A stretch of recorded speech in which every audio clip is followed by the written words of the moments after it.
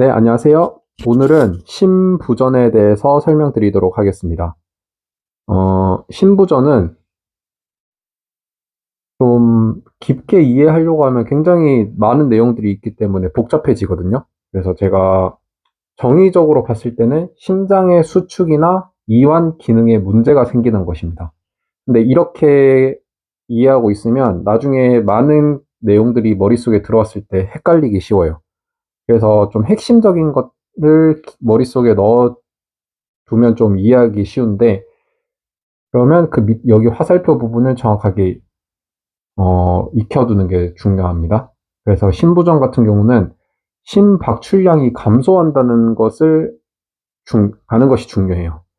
이 모든 원인이 심박출량의 감소 때문에 일어나는 거고, 이 심박출량의 감소를 보상하기 위한 이 보상 기전에 의해서 심장이 점점 더 망가지는 것이 심부전입니다. 그래서 이 세 단계의 프로세스에 의해서 심부전이 일어나는 거예요. 어떻게? 심박출량이 감소하고, 그 심박출량이 감소하는 것을 보상하기 위한 어떤 내 생체 내 반응들이 내 심장을 더 망가지게 한다는 거예요. 더 좋게 하려다가 더 망가진다는 거죠. 왜? 이미 내 심장은 잘못 고장 나버렸으니까. 그래서 그거에 대해서 조금 더 세부적으로 설명을 드리자면, 먼저 제가 지난번 고혈압 때 설명드린 그 심박출량, 심박수, 1의 심박출량 이 관계를 설명을 드렸고, 뭐 암기법도 간단히 이렇게 설명을 드렸는데, 이해가 안 되시는 분들은 앞에 고혈압 부분을 참고해 보시면 더 자세하게 알 수 있고요.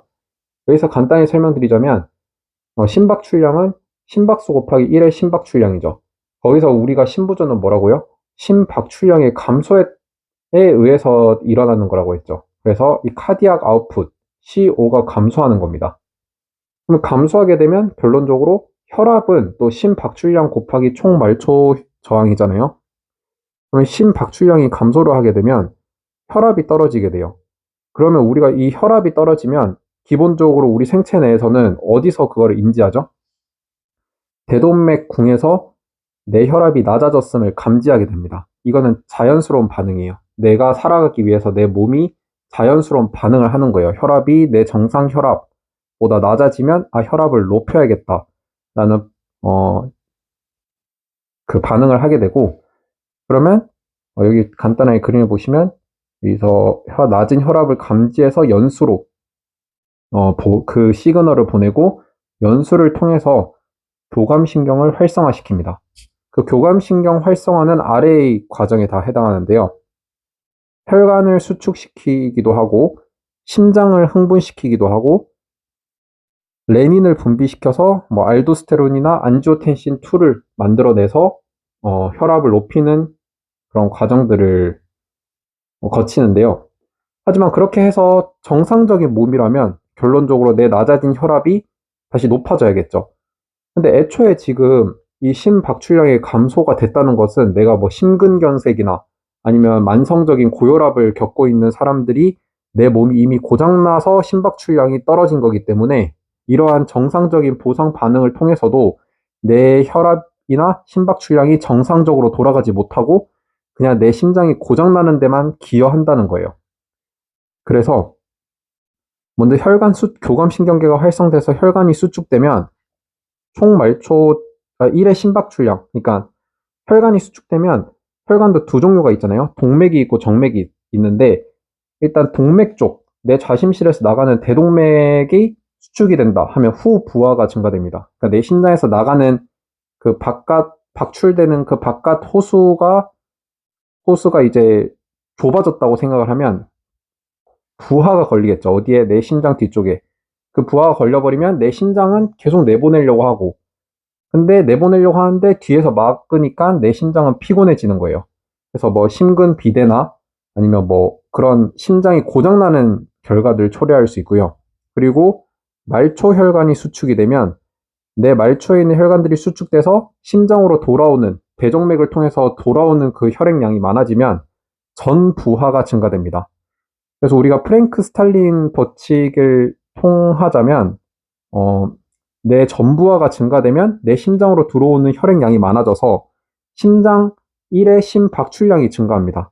1의 심박출량, 스트로크 볼륨이 증가하게 되면 카디악 아웃풋, 심박출량이 증가해야 되는데 여기 보시면 어떤 지점까지는 이러한 기작을 통해서 심박출량이 증가하게 됩니다. 하지만 전부하가 과하게 높아지면 전신 울혈과 폐울혈을 일으킨다는 거예요.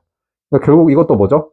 내가 심박출량이 감소해서 혈관 수축시켜서 전부하 또는 후부하를 보상 기전으로 증가를 시키려고 했는데 결론적으로 봤을 때는 어떤 지점까지는 그게 정상적으로 보상 기전이 일어나지만 이미 고장난 심장에 막 더 이런 반응만 일어나니까 심장은 더 망가지게 만들어 버리는 거예요.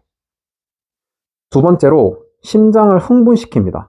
심장을 흥분시켜서 박동수를 증가시키거나 수축력을 증가시키는 거죠.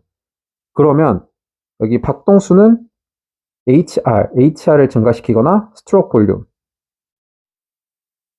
심장 수축력, 이제 한번 낼 때 그 스트로크 볼륨을 높여주면 증가한 박동수는 심근의 산소 요구량을 크게 증가시키고 산소 요구량을 크게 증가시키니까 내 심장이 이제 지치는 거죠. 그래서 허혈성이 유도되고 악화되면 이완 기능과 수축 기능이 모두 손상되고 박출량이 급감된다.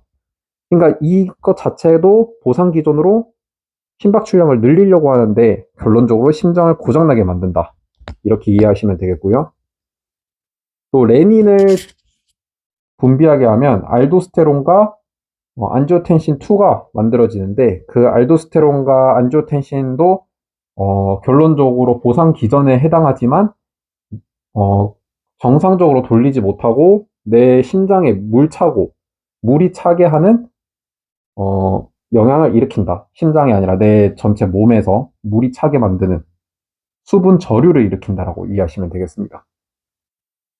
그러면 이게 이제 전반적으로 왜 심부전이 일어나는지에 대한 전반적인 병태 생리를 이해했다고 보시면 되고, 여기서 이제 약물 치료학적으로 접근을 하려면 구체적으로 이러한 심장이 점점 더 망가지게 하는 데 관여하는 책에서는 그렇게 써 있어요. 신경 호르몬 모델이라고 하는데 그러한 신경 호르몬들을 억제하는 약을 쓰면 어느 정도 보상 기전에 의해서 심장이 망가지는 그 과정을 막을 수 있지 않을까라고 생각을 하게 됩니다. 그래서 첫 번째로 혈관 수축이 일어나게 되는 기전을 한번 구체적으로 살펴볼게요. 먼저 아까 말씀드렸듯이 낮아진 혈압을 연수해서 감지를 하면 심장에 대정맥으로 들어오는 대정맥에서의 알파1 수용체, 대동맥에서의 알파1 수용체에 각각 작용을 해서 이제 혈관을 수축시킵니다. 그리고 연수에서 나오는 교감신경계에서 심장에 박동원 세포 또는 심근세포에 작용을 하게 되면 베타1 수용체에 작용을 하게 되면 이제 심장 박동수도 증가하고 심장 수축력도 증가하겠죠. 그래서 근데 아까 말했듯이 이렇게 작용하는 것들이 이러한 문제를 일으키기 때문에 우리는 이 베타1 수용체를 막는 베타 블라커를 쓸 수 있다는 것을 알게 됩니다. 그리고 나중에 또 배우게 되겠지만 증상 조절대로는 디곡신과 이바브라딘을 쓸 수 있다는 것을 알 수 있고요.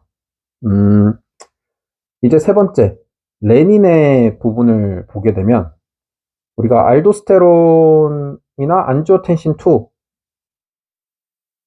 가정은 이제 고혈압 쪽에서 제가 또 세부적인 메커니즘을 한번 설명을 드렸는데 여기서 또다시 그려봤어요.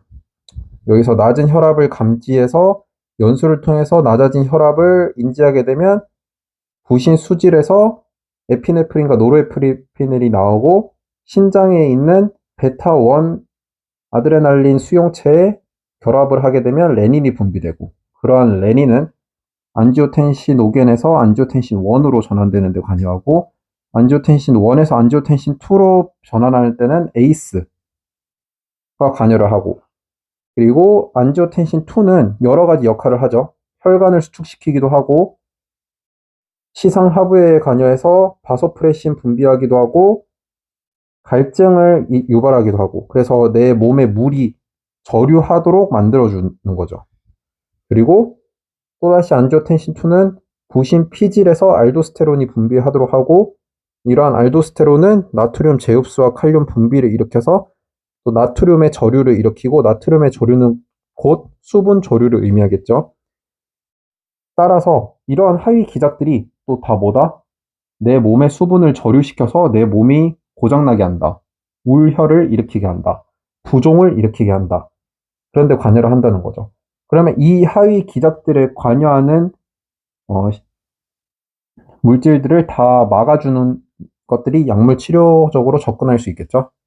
그래서 레닌이 분비하게 하는 베타1 수용체를 막는 베타 블라커가 1차적인 치료제가 될 수 있겠고요.